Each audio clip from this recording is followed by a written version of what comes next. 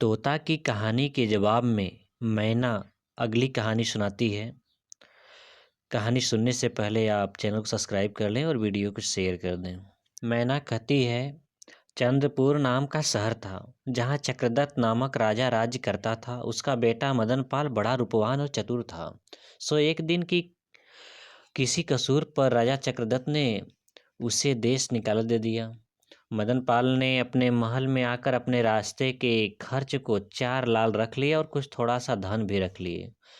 शहर से बाहर जंगल की तरफ रवाना हुए। जब शहर से बाहर जंगल में पहुंचा तो एक साधु का आश्रम देखा। वहां मदनपाल उसे दंडवत करके बैठ गया। तब वह साधु बोला, सच बच्चा तू कौन है और यहाँ कैसे आया? तब मदनपाल ने कहा, महाराज मैं राजा चक्रदत्त का बेटा हूँ। मेरा नाम मदनपाल है। मुझे मेरे पिता ने देश निकाला दे दिया है, सो मैं प्रदेश को जाता हूँ। तब वह साधु बोला, अच्छा बच्चा, प्रदेश जाते हो तो तुमको हम 4 बातें बताते हैं, इन पे अमल रखना। पहली बात यह है कि किसी का साथ मिले तो ले लेना, एक से भले 2 होते हैं। दूसरी बात यह कि दूसरे के हाथ का दिया हुआ भोजन न करें। यदि खाएं भी तो उसमें से थोड़ा किसी जानवर को खिलाकर तब खाएं। तीसरी बात यह कि परदेश में किसी की बिछाई हुई खाट पर न सोएं। चौथी बात यह है कि जब कहीं बैरियों के फंदे में फंस जाएं या दुश्मन के फंदे में फंस जाएं तब नरम होकर बात करना चाहिए और उन्हें अपनी ज्ञान की बातें सुनाकर अपना मतलब निकालना चाहिए। ये 4 बातें साधु की सुनकर मदनपाल आगे को चला। चलते चलते कितने ही दिनों के बाद एक बियावान जंगल में पहुंचा तो वहां पर एक क्या देखता है कि एक चील किसी कछुए के बच्चे को लेकर उड़ी चली जाती है। संयोग से वह बच्चा चील के पंजे से निकलकर गिर पड़ा और तड़पने लगा। तब मदनपाल उसे तड़पते हुए बच्चे को देखकर अपने मन में कहने लगा, बच्चे को पालना चाहिए। इसके पालने से 2 बातें हासिल होंगी। एक तो यह कि इसकी जान बच जाएगी, दूसरी बात यह कि हम 1 से 2 हो जाएंगे। यह बात मन में विचार कर उस बच्चे को लेकर आगे चल दिया। चलते चलते मुद्दत गुजर गई।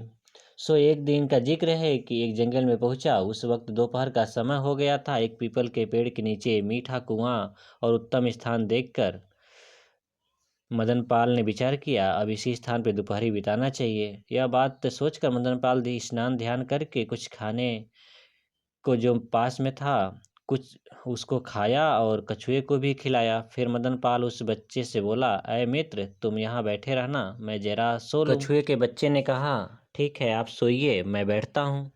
जब मदनपाल सो रहा था तो उसी पेड़ के ऊपर सर्प और एक कौवा रहता था।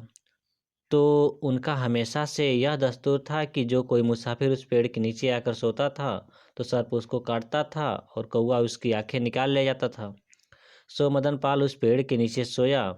तब सांप पेड़ से उतरकर मदनपाल को काटकर पेड़ पे चढ़ गया। तब कछुए का बच्चा मदनपाल को मरा देखकर बहुत घबराया। मन में सोचने लगा, अब मैं क्या करूं?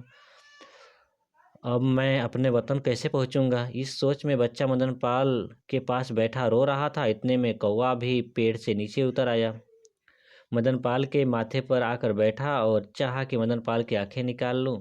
तभी कछुए के बच्चे ने झपट कर उस कौवे की टांग पकड़ ली। तब कौवे ने पुकारा, अरे यार सांप, जल्दी आओ, नहीं तो आज जान चली जाएगी। यह आवाज कौवे की सुनकर सांप दौड़ा आया। आकर देखता है तो कौवे को कछुए ने पकड़ रखा है। तब सांप ने गुस्से में कई फन बड़े जोर के कछुए को मारे, परंतु कछुए ने अपने मुंह भीतर कर लिया।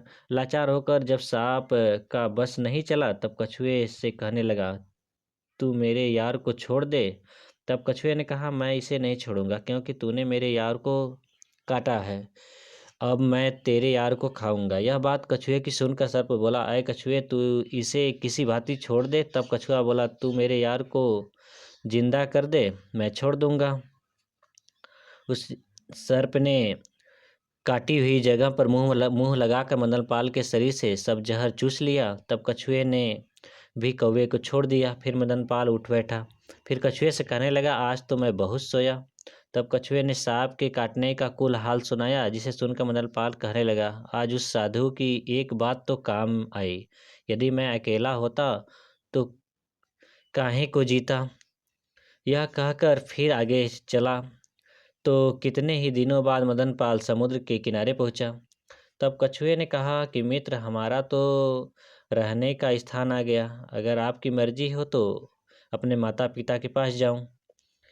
मैं जब उनसे जुदा हुआ था तब से मेरे बिना वो बहुत दुखी होंगे। यह सुनकर मदन पाल ने कछुए को विदा कर दिया और आगे चल पड़ा।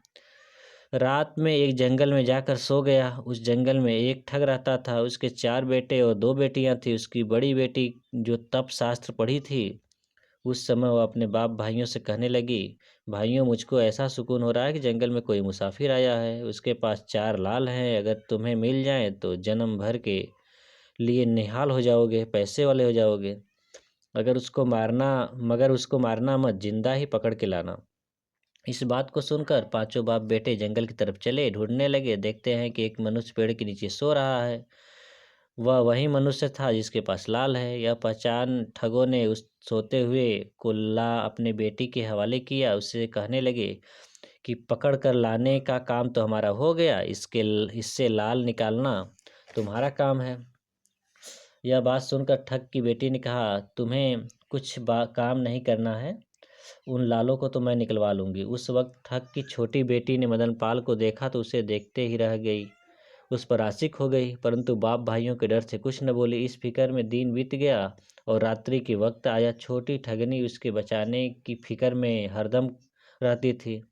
ठग ठग की बड़ी बेटी रसोई करी और भोजन में जहर मिलाकर थाली परोसकर मदन पाल से बोली, आप भोजन कर लीजिए। मदन पाल भोजन करने बैठा तो साधु की दूसरी बात याद आ गई। थाली में से थोड़ा सा सामान लेकर कुत्ते को डाला। कुत्ता खाते ही मर गया। मदन पाल कहने लगा, मन में सोचने लगा कि साधु की दूसरी बात तो काम आ गई। इधर ठग की बेटी ने कच्चे सूत का पलंग एक ऐसे कुएं पे बिछवाया जिसमें आग भरी थी। उस पर गद्दा तकिया लगाकर मदन पाल से कहा कि आओ पलंग पर सो जाओ।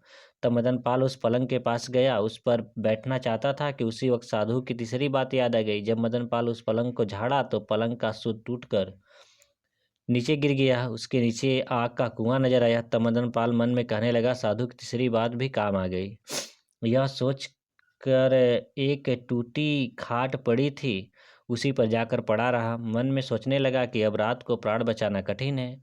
इतने में उसकी छोटी बेटी मौका पाकर मदन पाल के पास आई और बोली, हे प्राण प्यारे, मैं दिलो जान से तुझ पर मरती हूँ, परंतु आज की रात मेरी बड़ी बहन की बारी है। जिस तरह बने आज की रात इससे प्राण बचा लो, फिर कल के दिन मेरी बारी आएगी। सो मैं आपकी आशिक हूँ, इसलिए मैं तुमको सांप बचा दूंगी। यह कहकर वह तो चली गई।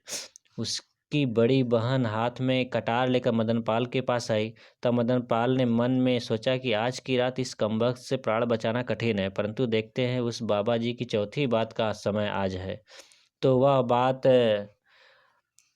भी अपनी काम करती है या नहीं, इसमें कोई संदेह नहीं है। इतने में ठग की बेटी आई। लाल आंखें कर मदन पाल की छाती पर चढ़ बैठी। बड़े जोर से बोली, मुसाफिर, या तो अपने 4 लाल मुझे दे दे, या तो मेरी छुरियों का शिकार बन। तब मदन पाल बोला कि हे ठग की बेटी, मेरे पास लाल नहीं है जो तू मुझको मारेगी। अगर मुझको मारेगी तो बहुत पछताएगी, जैसे बंजारा अपने पालतू कुत्ते को मारकर पछताया। मदन पाल की बात सुनकर ठग की बेटी ने कहा, बंजारा और कुत्ते को मारकर क्यों पछताया? उसका किस्सा आदि से अंत तक मुझको कह सुना।